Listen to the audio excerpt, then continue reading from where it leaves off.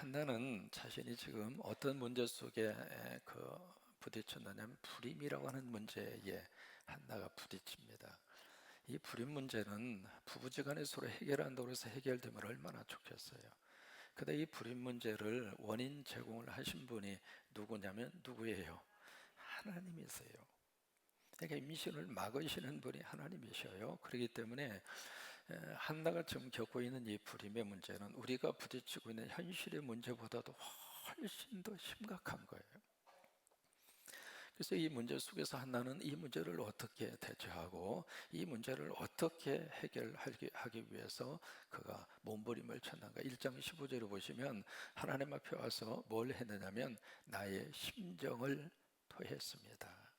따라서 하십니다. 나의 심정을 토한 것뿐입니다. 그때의 심정이라고 하는 것을 영어 번역에 보시면 my soul이라고 그랬습니다. 내 영혼입니다. 내 영혼을 어떻게 내냐면 그 앞에 pour out이라고 하는 단어를 쓰는데 그 단어는 쏟아 놓는다 그 말입니다. 그러니까 한나 속에 있는 그 영혼, 이게 단순히 불임 문제로 끝나는 문제가 아니라 이 속에 하나님이 막으신다고 하는 영적 느낌을 딱 받았을 때 그 문제가 이 한나에게 있어서는 영적으로 얼마나 많은 눌림과 그리고 아픔과 고통 속에 있었을까. 근데 그 자신의 영적인 문제를 하나님 앞에 와서 다 쏟아놓습니다. 사람은요 속에다가 다 담아놓고 살 수가 없습니다. 뭔가 어떤 대상을 향하여 내 속에 있는 심정을 토해 놓을 수밖에 없는데 이게 모든 사람들 앞에 아무나 내 심정을 다 토해 놓는다고 다 해결되는 게 아닙니다. 그래서 사람들 앞에 우리가 토해 놓기 시작하면 이것이 묘하게도 이상한 반응에 대해서 나를 더 힘들게 하기도 하고 나를 더 어렵게 만들기도 하고 그렇습니다. 내 심정을 토해 놓을 수 있는 유일한 대상은 하나님이십니다. 그래서 한나는 이 문제를 가져서 하나님 앞에 막 자신이 있는 것을 토해 놓습니다. 토해 놨는데 그 결과가 어떤 결과가 나타나게 됐는가. 어제 살펴본 대로 1장 27절에 보시면 내가 이 아이를 위하여 누가 기도했어요? 내가 기도한 겁니다. 다른 사람이 기도해 준 것도 감사하지만은 이 문제를 끌어안고 누가 기도했는가? 내가 기도했어요.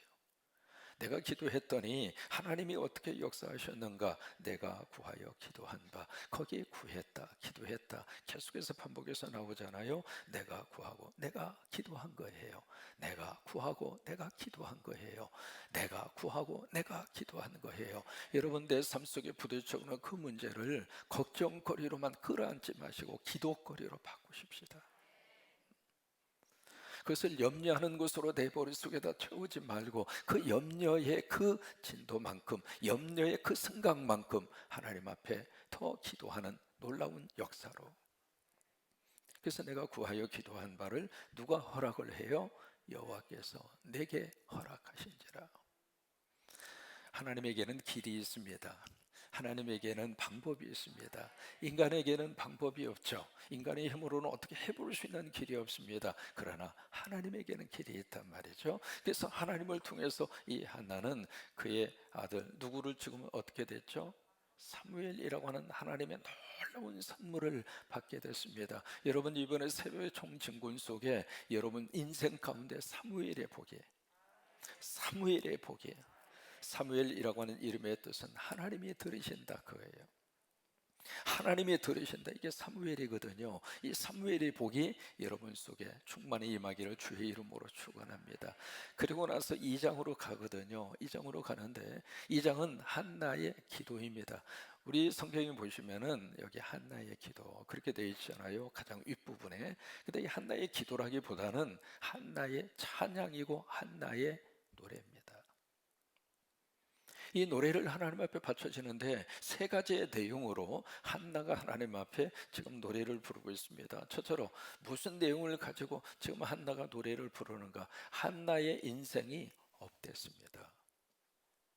이제 그것을 가지고 하나님 앞에 지금 너무 감사한 그 내용으로 하나님 앞에 노래를 부르고 있어요. 그 다음에 이 한나의 인생이 업된 그 가장 중요한 근거가 누구인가? 다른 것 때문에 한나의 인생이 업된 것이 아니라 하나님 때문에. 그래서 이제 그 내용이 첫 번째 나오는 노래의 내용이고요. 두 번째는 그 자신의 인생을 업해 주신 그 하나님이 과연 어떤 하나님인가? 이 하나님에 대한 고백이 그 다음에 노래 속에 나오는 내용입니다. 그리고 세 번째, 이 하나님이 자신의 인생 속에 지금 어떤 모습으로 와 주시는가? 바로 역전의 하나님으로. 이것이 세 번째, 이 한나의 노래의 가장 중요한 내용입니다. 우리 첫째로 한번 보실까요? 1절입니다. 1절을 보시면은 함께 고백하십니다.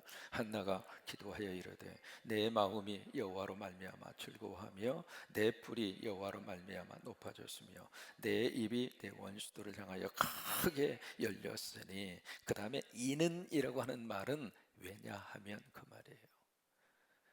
그러니까 앞에서 지금 말씀하고 있는 거기에 네 가지, 내 마음, 거기다가 한번 십자가 볼펜으로 표시해 보실래요? 내 마음. 그 다음에 내 뿔, 두 번째 표시해 보시고요. 그 다음에 세 번째 내 입, 거기다 표시해 보시고, 그 다음에 네 번째 내 원수입니다.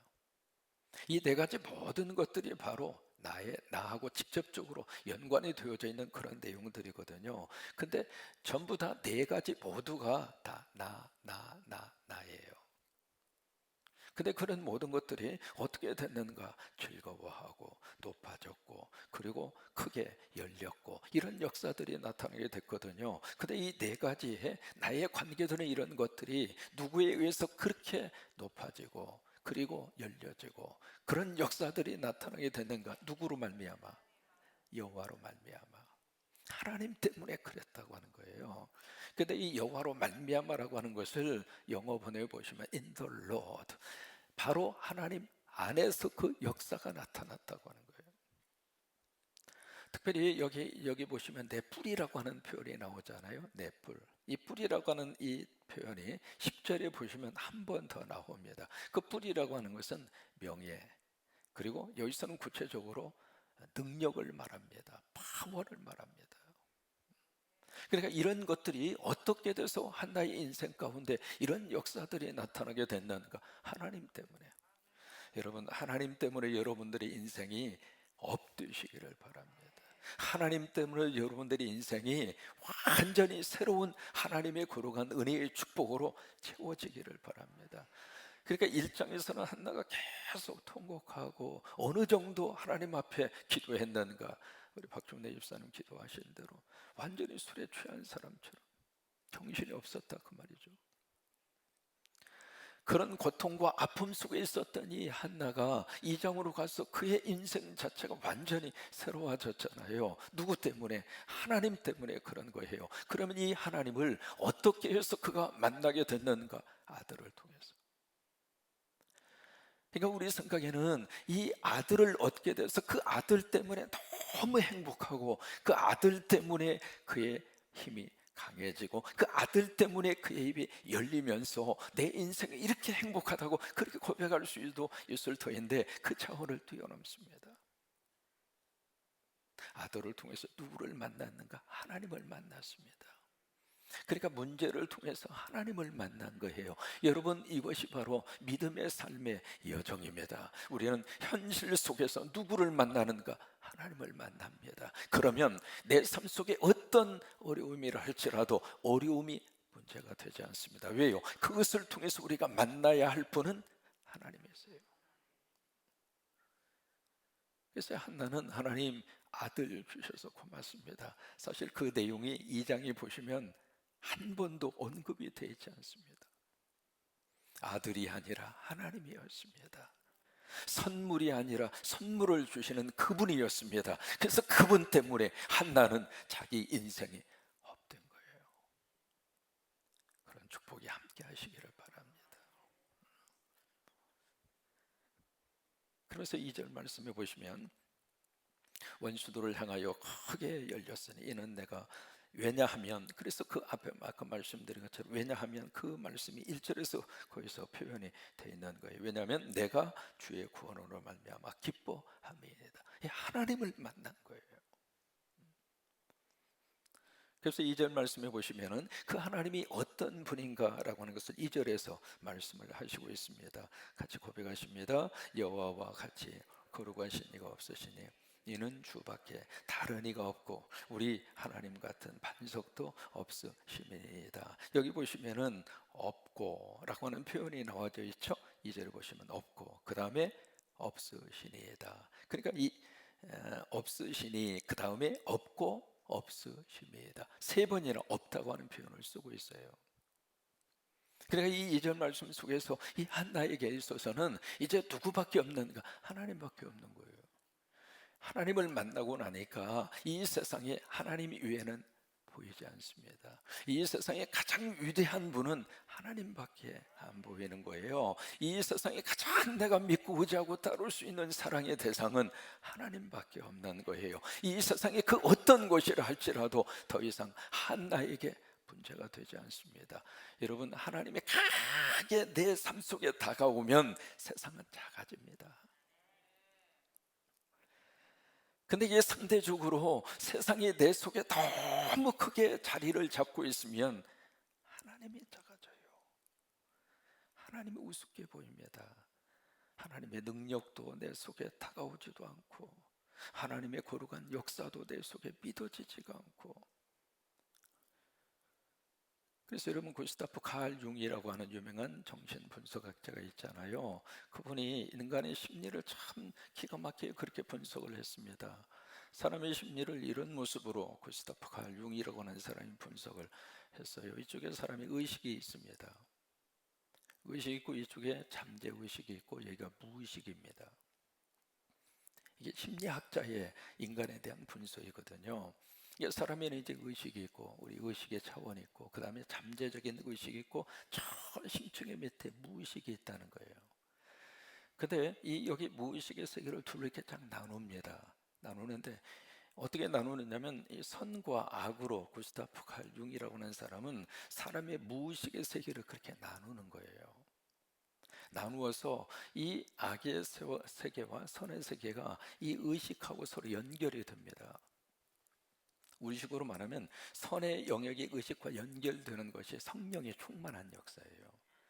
왜냐하면 성령의 역사가 거룩한 영이잖아요. 선한 영이잖아요. 선한 영이 내 의식을 지배하는 거예요. 그러니까 선한 영이 내 의식을 지배를 하면 그때부터는 뭐가 있는가? 내 속에 믿음이 생겨요.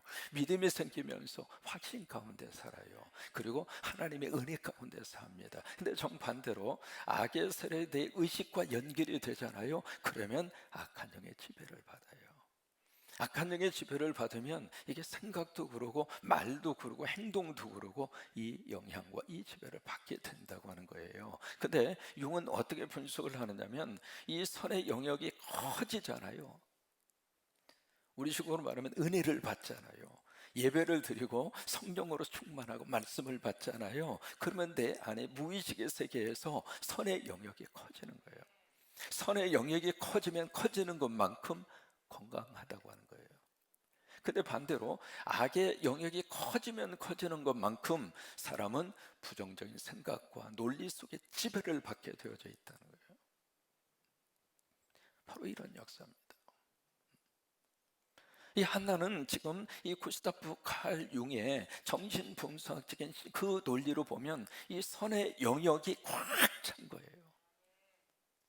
그래서 없고 없으시니 없으심이니이다. 오직 주님밖에 계시지 않습니다. 오직 주님뿐입니다. 오직 주님밖에 없습니다. 이게 불임의 문제를 겪고 나니까 그 문제 속에서 이 한나는 위대하신 하나님을 발견한 거예요. 그러면서 하나님을 어떻게 고백하고 있는가? 이 절을 보시면 하나님은 거룩한 분입니다.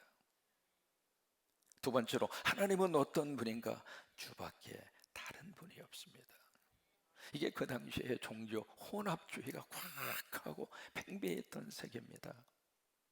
지금도 마찬가지죠. 이 포스트, 이 모더니즘, 이 후기 현대사회 속에서 종교 다원주의가 우리 속에 굉장히 많은 영향력을 지금 미치고 있거든요. 그래서 어떤 절대적인 신의 영역을 인정을 안 하려고 하는 그 논리 속에서 우리들이 살아가고 있는데 그 속에서 우리들은 아닙니다. 우리는 하나님밖에 없습니다. 우리는 하나님밖에 없습니다. 그 다음에 세 번째, 하나님을 어떻게 고백하고 있는가? 우리 하나님 같은 반석도 없으심이니이다. 이런 반석이라고 하는 것은 의지할 대상이에요. 그 의지의 대상이 하나님밖에 없습니다. 이것이 이제 한나가 사무엘을 얻으면서 만난 하나님에 대한 그의 믿음의 고백입니다. 그러면서 3절 말씀에 그렇게 노래를 하고 있습니다. 심히 교만한 말 다시 하지 말 것이며 오만한 말 너희의 입에서 내지 말지어다. 지금 이 말을 누구에게 지금 하고 있을까요? 여기 교만한 말, 오만한 말, 누가 그 앞에서 쏟아놨죠? 불인나죠. 그죠? 그러니까 불인나를 향하여 지금 이 말을 하기도 하지만은 사실 불인나라고 하는 그 대상에게만 이 말을 하고 있는 게 아닙니다.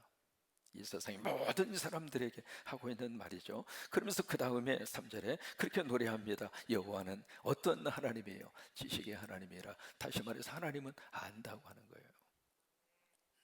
하나님은 모르시는 분이 아니라 하나님은 알고 계신다고 하는 거예요. 어느 정도 하나님이 우리를 알고 계실까? 시편 139편에 있는 말씀대로 내가 앉는 거, 내가 일어서는 거, 내 혀끝의 말까지라도, 내가 새벽 날개를 치며 저 바다 끝에 가서 거한다 할지라도 거기서도 하나님이 함께 하시고 우리를 안다고 하는 거예요. 그러면서 우리 하나님은 무엇을 달아보세요? 행동을 달아보신다고 하는 거예요. 그러면서 4절부터 그 다음에 9절까지 지금 한나가 노래하고 있는 이 세 번째 주제가 있습니다. 바로 뭐냐면 역전의 하나님이에요. 여러분, 역전하면 군산 사람들은 잊지 못하는 하나의 역사적인 사건이 있잖아요. 그게 바로 뭐예요? 역전의 명수. 그게 1972년도죠 7월 19일 오후 7시 서울 운동장 야구장, 상대는 부산 상고. 이게 8회 말, 그 다음에 9회초까지 4대1로 군산 상고가 지고 있었잖아요. 그 상황에서 이길 수 있는 가능성 몇 프로나 될까요? 그래도 9회 말이 됐습니다. 마지막이잖아요 이제. 이 점점 점수가 올라가더니 4대4까지 간 거예요. 4대4까지 가다가 마지막 끝내기 안타를 누구죠? 김준원인가요? 맞습니까? 아, 있어요. 그분이 끝내기 안타를 칩니다. 그래서 5대4로 역전이 된 거예요. 그때 아마 여기 계신 분 가운데 그때 카퍼레이드에 나가서 막 손들고 환호했던 분도 아마 계시리라고 생각하고요. 거기에 그 게임에 출전했던 선수 가운데 한 분이 우리 교회 집사님이십니다. 그러니까 우리 군산 사람들에게 있어서는 이 역전이라고 하는 단어가 사실은 온몸으로 그렇게 느껴지는 단어가 역전 명수인데, 오늘 여기 하나님께서 어떤 분인가, 한나가 만난 하나님은 뒤집기에 급한 왕이에요. 역전시키는 하나님이라고 하는 거예요. 그래서 그 노래를 4절 이하에서 쭉 거기서 노래를 하고 있습니다. 4절에 용사의 활을 꺾으시고 넘어진 자는 힘으로 띠를 띠도다. 이 완전히 역전시키시는 그런 하나님이잖아요. 그 다음에 풍족하던 자들은 양식을 위하여 품을 팔고 줄인 자들이 다시 줄이지 아니하고, 전에 임신하지 못하던 자가 몇 명을 낳았어요? 7명이나 낳았어요. 여러분, 7이라고 하는 것은 완전 숫자입니다. 전에 아무것도 없던 사람이 이제 완전한 하나님의 은혜로 채워진 거예요. 많은 자녀를 둔 자는 쇠약하였도다. 6절에 함께 있습니다. 여호와는 죽이기도 하시고 살리기도 하시며 스올에 내리기도 하시고 거기에서 올리기도 하시는데, 이게 하나님이라고 하는 거예요. 그 다음에 7절 함께 고백하십니다. 여호와는 가난하게도 하시고 부하게도 하시며 낮추기도 하시고 높이기도 하시는도다. 우리 생각에는 하나님이 우리를 계속 높여주시기만 했으면 얼마나 좋겠어요. 아니면 하나님이 우리들을 계속해서 부하게만 하시면 얼마나 좋겠어요. 안 그래요. 날씨도 계속 화창하잖아요. 햇볕만 계속 쨍쨍 내려주면 거기가 뭐가 되는가? 사막이 됩니다. 이게 우리가 비가 필요합니다만은 계속해서 비가 1년 365일 비가 쏟아지면 거기는 밀림이 돼요. 이럴 때도 있고 그럴 때도 있습니다. 그게 인생이죠. 근데 그런 순간순간마다 하나님 붙잡고 사는 우리들의 인생 가운데 하나님께서는 낮아진 자리에서 다시 역전시켜 주시고, 그러니까 희망이 있는 거예요. 그러니까 우리에게 꿈이 있는 거예요. 그 하나님이 계시기 때문에 우리가 위로받고 사는 거예요. 그 하나님을 믿기 때문에 우리가 좌절하지 않는 것입니다. 순간순간마다 내가 알지 못하는 그 순간순간 하나님이 도와주시고, 하나님이 함께 하시고, 하나님이 역사하시고. 어제 우리 김관영 집사님이 서울에 사무실을 개소하셔서 1월 달에 사무실을 열었어요. 근데 신방을 가야 되는데 이 코로나 문제 때문에 계속 미루다가 어제 새벽 예배 마치고 장로님 3분하고 그렇게 해서 같이 이렇게 올라갔다 왔어요. 근데 봉고차를 이제 가지고 올라가셨는데 저는 이제 다른 차를 타고 올라갔고요. 연락이 오기를 차가 고장 나서 지금 정비소에다 맡겨야 되겠다. 도대체 왜 차가 어떻게 고장이 났길래 그랬나 싶어서 나중에 끝나고 나서 이제 그 차로 제가 같이 내려오기 위해서 차 고치는 데로 딱 갔는데, 뭐냐면 이 차에 앞에 수트로 연결하는, 뭐라고 그래요? 그거 뭐 지축이라고 그러나요? 그러니까 우리 몸으로 말하면 등뼈예요, 등뼈. 지축에 거기에 중요한 볼트 하나가 그게 부러진 거예요. 근데 그분이 무슨 이야기 하느냐면, 지금까지 저희가 30년 동안 현대차를 고치신 분인데, 현대차 가운데 그런 봉고차의 그 축이 부러진 것이 처음이래요. 어떻게 이게 부러질 수 있느냐고, 볼트가. 근데 더 충격적인 이야기는, 만약에 차가 이렇게 달리다가, 어제 고속도로를 달렸잖아요. 달리다가 만약에 그 볼트가 푹 빠져버리면 이 지축이 땅으로 떨어질 거 아닙니까? 땅으로 떨어지면 그것이 땅을 박으면서 차가 전복된다는 거예요. 근데 어떻게 사람이 괜찮았냐고. 근데 나중에 들어보니까는 이 볼트가 부러지고 나서, 대개 볼트가 부러지면 밑으로 톡 떨어지잖아요. 그게 상식이잖아요. 근데 이 볼트가 어떻게 그 속으로 들어간 거예요. 참 신기하죠. 볼트가 그 속에 들어가서 이게 꽉 조여주면서 밑에 있는 이 지축, 이 한 부분이 떨어지지 않도록 걸쳐 있는 거예요, 이게. 그리고 그게 이제 고속도로 톨게이트를 막 나오자마자 그때부터 토콩토콩토콩 그런 거예요.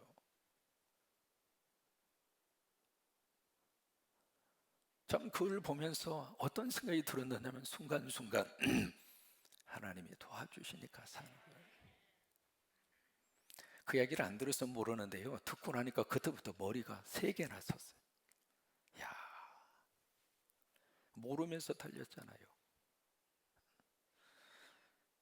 그러니까 이 한나는 자기의 인생 속에서 너무 귀한 하나님을 만나는데, 바로 그 하나님이에요. 어려움 속에서도 내 인생을 다시 이렇게 세워주시는 하나님. 가난한 그 속에서도 그냥 하나님이 도와주셔서 다시 먹고 살게 하시는 하나님. 그래서 역전의 하나님, 그 하나님을 이 한나는 만나서 이 노래를 부르고 있어요. 8절입니다. 같이 고백하실까요? 가난한 자를 진투에서 일으키시며 빈곤한 자를 걸음더미에서 올리사 귀족들과 함께 앉게 하시며 영광의 자리를 차지하게 하시는도다. 땅의 기둥들은 여호와의 것이라. 여호와께서 세계를 그들 위에 세우셨도다. 이렇게 말씀하는, 이렇게 고백할 수 있는 그 이유는 하나님이 바로 창조주 하나님이니까. 하나님 안에 모든 주권이 하나님의 손에 달려 있습니다. 우리의 미래도 하나님의 손에 있고, 우리의 현재도 하나님의 손에 있고, 우리 자녀들도 하나님의 손에 있고, 그래요. 하나님의 손에 모든 것들이 다 있는 거예요. 그래서 한나는 역전의 하나님을 거기서 만납니다. 그래서 10절 말씀에 그렇게 노래를 마감하고 있습니다. 여호와를 대적하는 자는 산산이 깨어질 것이라. 하늘에서 우리로 그들을 치시리로다. 여호와께서 땅끝까지 심판을 내리시고 자기 왕에게 힘을 주시며 자기의 기름 부음을 받은 자의 뿔을 어떻게 해요? 높이시리로다. 이게요 결론입니다. 1절에서는 자신의 뿔을 이야기합니다. 근데 10절로 가서 보시면 자신의 뿔이 누구의 뿔로 바꾸어지느냐면 메시아의 뿔로 바꾸어집니다. 이 메시아의 불, 다시 말해서 이 불, 메시아의 불이 누구인가? 장차 이 땅에 오시는 예수 그리스도의 불로 바꾸어져요. 그래서 사무엘이라고 하는 이 성경은 단순히 한나 한 개인의 이야기가 아닙니다. 이것이 이스라엘의 민족으로 발전이 되고, 그리고 이것이 전 세계 인류의 역사로 발전이 돼요. 축복합니다.